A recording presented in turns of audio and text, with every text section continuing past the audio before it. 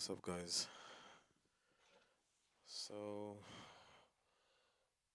I wanted to talk about four mistakes people make when they're starting their fitness journey. Um, for number one, I am going to speak about what a lot of people often regard as nutrition. Diet. For me, I regard that as nutrition. Yeah, yes. It's. Some people would say it's the same thing. I don't really see it as the same thing. Um, but I'm not necessarily gonna get into why. Well, maybe I should, but like that, when you're starting your fitness journey, a lot of people will basically look at their nutrition as a bodybuilding. They will approach their nutrition as a bodybuilder, which is fine in some cases. Before you do that, you have to basically analyze what you're really getting yourself into.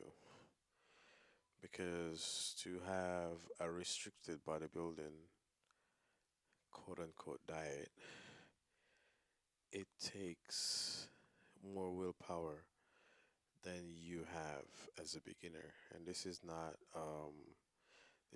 me doubting your capabilities or whatever the case is. Um, but look at it this way. For a while you find yourself struggling to go to the gym twice a week, yet alone 3 times a week, yet alone 4 times a week, yet alone 5 times a week. For a while, you have not been eating. You barely eat. You eat 1 meal per day, and you'll have a bunch of snacks and cereal and whatever the case is. So, to get up today and be like, oh yeah, I'm gonna start this transformation today. I'm gonna stop eating this. I'm gonna stop eating this. I'm gonna cut this out. I'm gonna cut this out. Da da da da. It's like you're not realizing that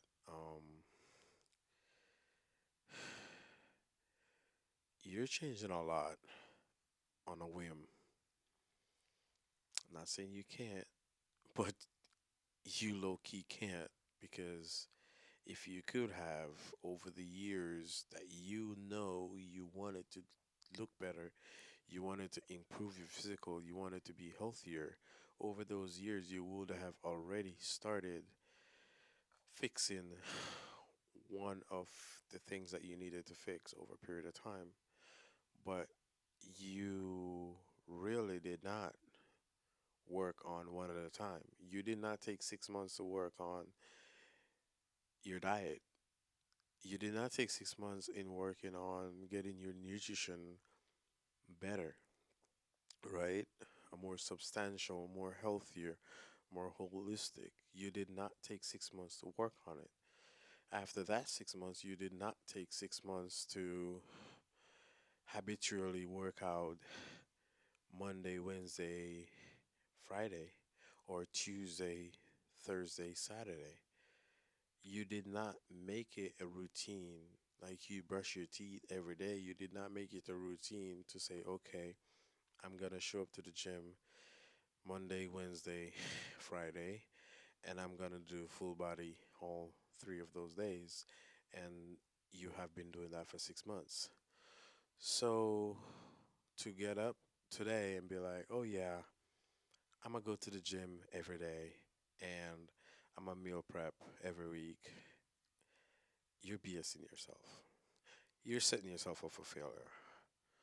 This is not me not having belief in you or confidence in your capabilities, but I'm looking dead at you right now and I'm telling you, you're BSing yourself. Because This journey can be simple. It can be simple. Yes, I said it. A lot of people say it's complicated. Yes, as coaches, there is certain things that we look at that you don't look at, which make things seems to be complicated. So for you it may be, for us it might not be, because we know how to approach certain things, how to approach certain things. But at the end of the day, it's a simple process, right? Now, for a lot of people, for a lot of people, right? Um, I would not advise you get up and be like, yeah, I am going to cut carbs out my diet. My diet. I rather, yeah, I'm gonna cut carbs out my diet. I'm gonna buy a protein shake. I'm gonna buy a pre-workout. I'm gonna buy this. I'm gonna buy that. I'm gonna look, man. You're complaining that you don't even have the money to hire a coach to guide you in the right direction for the first 3 or 6 months of your journey. Your first thing is that you're gonna buy supplements. What do you think supplements is gonna do for you without you putting in the right work that you're supposed to put in? It basically is gonna be you wasting your money. When an athlete is trying to get better, what does the athlete do? When an athlete is in, say, high school and they're looking to go to college, what do? They find a college that they would like to attend, a coach that they would like to coach them to get to the next level. That's what they do. They seek out someone exceptional, someone that is capable of taking them from point A to point B. They don't be like, oh, I'ma go, uh, I'ma just shop around like I hear a lot of people do when they're when they're looking to start training. Oh, I'ma shop around and see. I'ma shop around and see. It's like, okay, cool. For me, when I hear things like that, I seriously walk away. Like, we don't need to have no discussion. Like, if you feel like that's what you need to do, that's what you need to do. If you feel like you should keep BSing yourself, then keep BSing yourself, right? If you feel like you should keep lying to yourself, keep holding yourself back, then by all means do that, right? I'm not saying you need to get a coach to start, but it is very, very, very important. Like, you're going to school and you need to learn about a particular subject. They give you a lecturer for a reason, right? Yes, you can take the time on your own to do your own studies and your own research at the end of the day. But a lot of you don't want to do that. You don't want to take the time and the effort that it requires for you to dig through and find the information step by step that you need to follow, right? So that's kind of why you have a lecturer. They put a syllabus together, they put certain information together, and they allow you to just go through that information step by step. It's already filtered. So that's kind of what a coach does. So you don't need a coach for a lifestyle. It's by choice if you decide to have a coach for a lifestyle. But like, to get started, to get the ball rolling, do the investment. Do the investment. Like, I've seen even older people right now, like an acquaintance of mine. She's been training them for like over 5 years, and they keep going back because they see the benefit of visiting this physical therapist slash personal trainer. And I've witnessed them like recently. I've met them and whatever. So it's just fascinating that. after 5 years, they're still visiting. Yes, they're older. Yes, they're not super fit and all that stuff, but like they keep going back because they see the importance in doing so. And it's not just training that you're paying for. You're paying for, no, I don't want to put it this way, but you're kind of paying for a relationship. Like you pay for training, but you get more than just training. Basically, let me not say you're paying for a relationship. You pay for training, but you get more than just training. Now let me go back to diet. To diet. When you're starting the fitness journey, don't quit nothing cold turkey. I get that you want to drop as much pounds as you want to immediately. But look, you can drop the pounds in 6 months and fall off and you gain the pounds back in a year, right? Or even 2 months. Like it's that easy. Like it's that crazy. When you're starting your fitness journey, don't try to stack up on a bunch of supplements. When you're starting your fitness journey,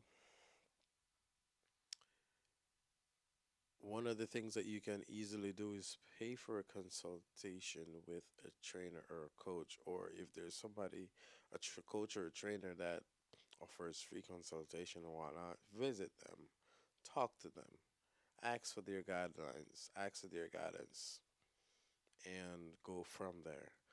When you're starting your fitness journey, do not. This might be controversial for a lot of people. How much minutes am I? At 12 minutes. This might be controversial for a lot of people.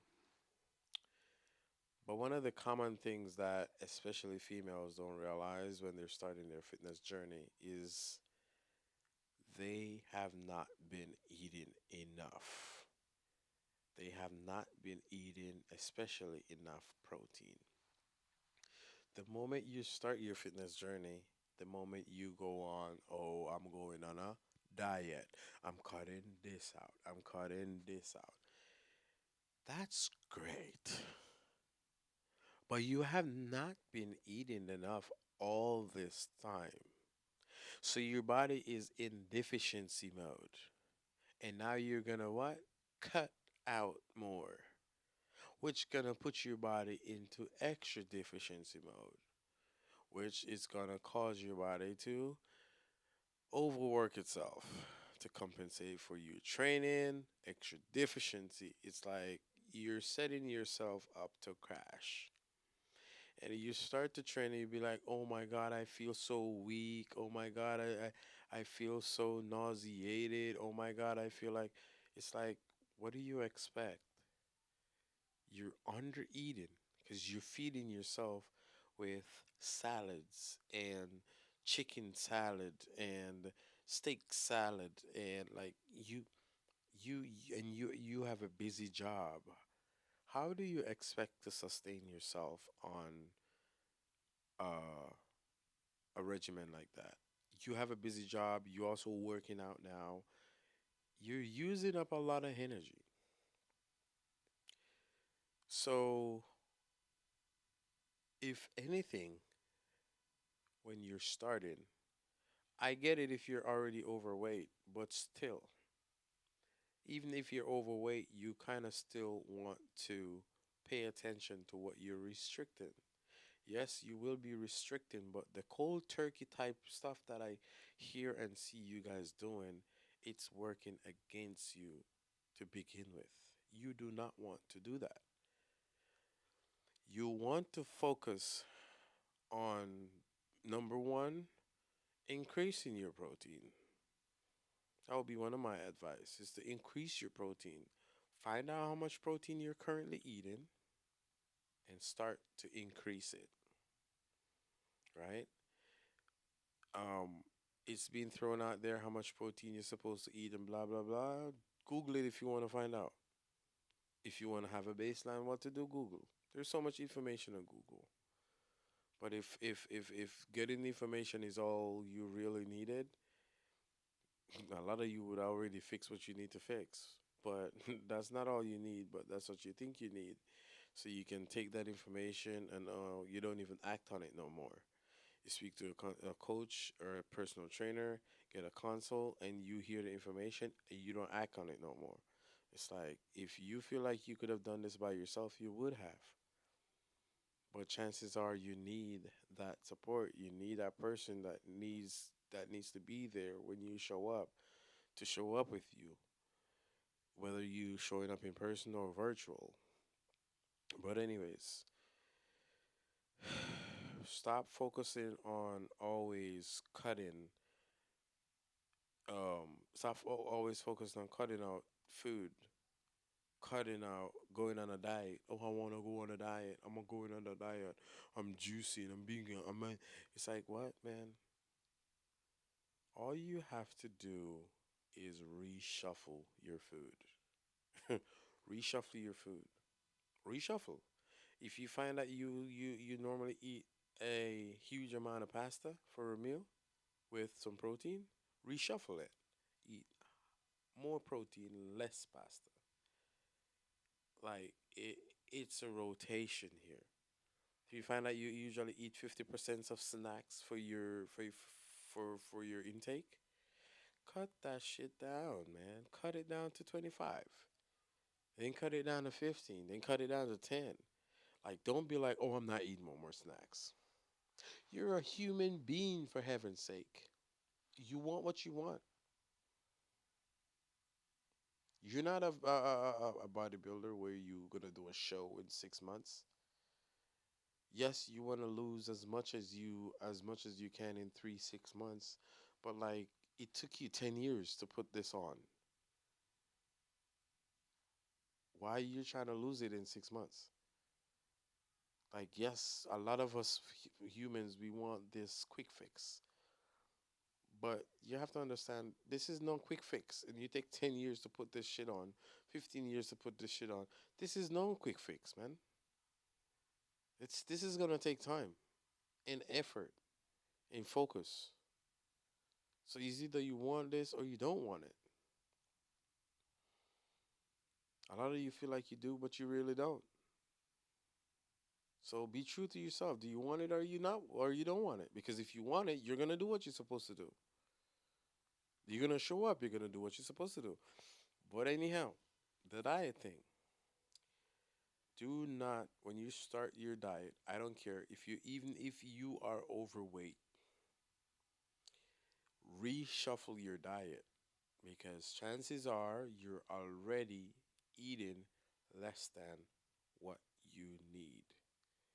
And eating less than what you need could be the fact that you're eating low protein, but you're eating high carb, right? So you're still eating less than what you need. You're just eating it at a lower ratio of what you're actually supposed to be eating for each major nutrients like protein, carbs, fat. So reshuffle.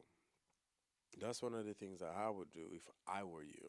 I'm not, because I know even for me, I know sometimes I'm low on what I'm supposed to be eating, and the first thing that I'm not gonna do is be like, oh yeah, I'm gonna cut this out. No, I'm gonna find the better version of what I'm cutting out to eat it.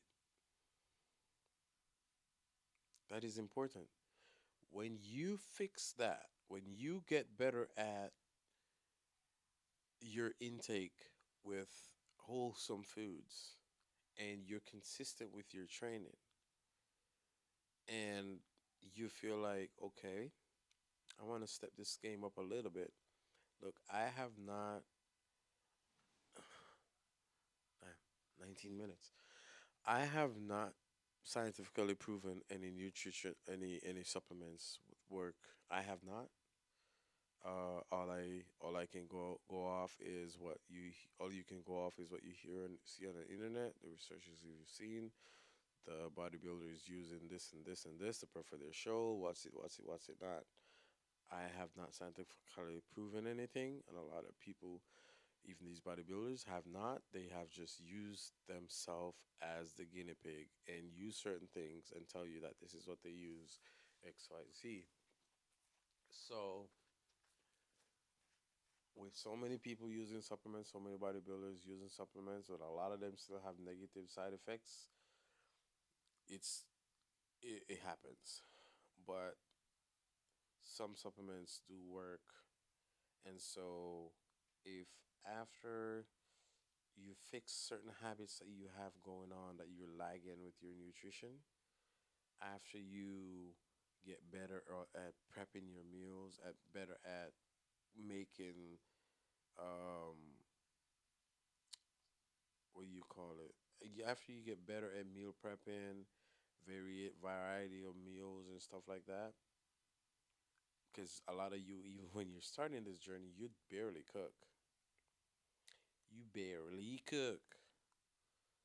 So before you even think about supplements, man, you want to think about um, learning to cook something new, learning to meal prep for yourself. And by meal prepping, guys, you don't have to meal prep chicken breast, broccoli, and rice every damn day. A lot of bodybuilders do it because it's simple and it's easier to count their stuff. It's easier for them to do. Me, I cannot eat chicken breasts every day. I hardly eat chicken breasts. Okay? So, for one, if there should be a meal prep, I will not be having chicken breasts to begin with. If I get it in one meal or two, that's about it. But you won't have me having chicken breast and broccoli and rice every. No, man, no way. I am not going to eat like that. I am Jamaican for heaven's sake, and so even jerk chicken, which is a healthy way to make chicken, I would much rather have jerk chicken. Like, I'm not talking about chicken, but just chicken breasts. I'm talking about actual chicken. Um, I would much rather have variety piece of the chicken where you chop it up. I don't know if you guys ever been to Jamaica and been to the roadside when the guys have the grill on the roadside and they make the jerk chicken and they chop it up and they put it in foil paper and they put two pieces slices of bread on it. They put ketchup and pepper on it. I don't know if you ever seen it, but I would much rather have my chicken chopped up like that and put in my plate and I'm eating a piece of wing or a piece of thigh or something together. A piece of thigh and a piece of breast, something. At the end of the day, once you figure out how much, the numbers, the proportion that you're having, you're good to go. But doing chicken breast is an easy way. Chicken breast and broccoli and rice is easy way. Very easy, simple way of preparing your meal. Doesn't mean that's what you have to use.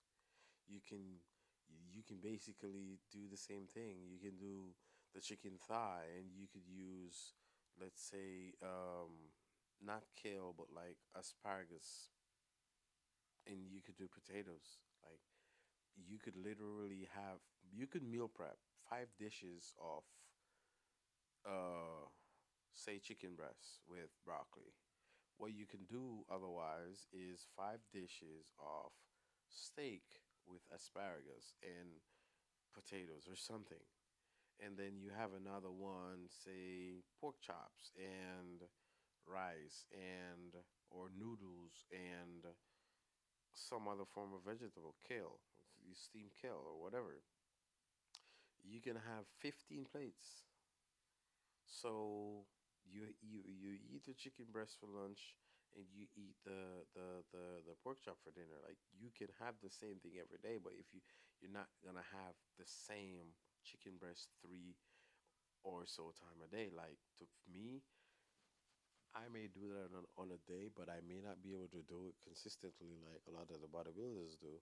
That's what I'm saying. You don't even have the discipline it takes, because when it comes to stuff like this, you are going to need to discipline yourself to be eating the same thing.